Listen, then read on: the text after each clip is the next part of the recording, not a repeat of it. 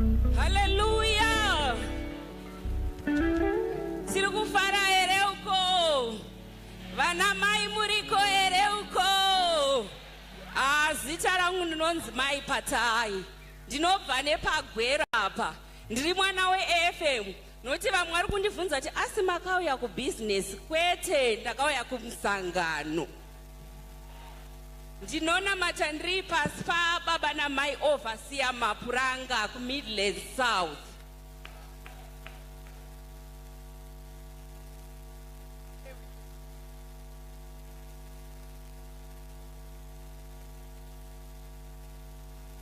Mukandituma ndirambi ndinomanya sekazuro baba nditume itenzi kunoparidza vhangeri. Mukandituma ndirambi ndinomanya sekazuro baba nditume itenzi kurapa moyo yakuvara. Mukandituma ndirambi ndinomanya sekazuro baba nditume itenzi ameno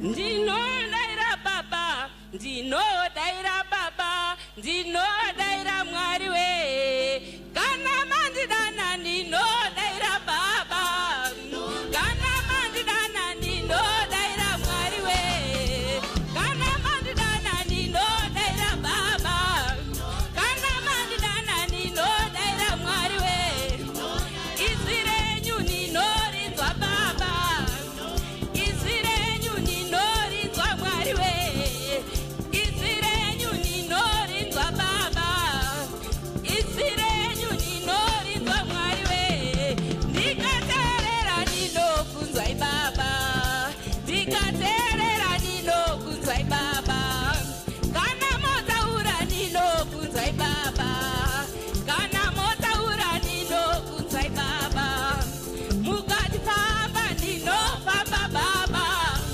mukatifamba ndinofamba mwari we mukatiimba ndinoimba baba mukatiimba ndinoimba mwari we iya oye daira baba iya oye daira baba vana mai muri kwere uko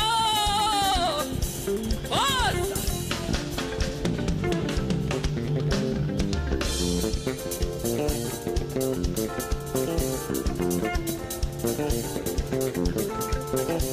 atitambirei mwari weduyo.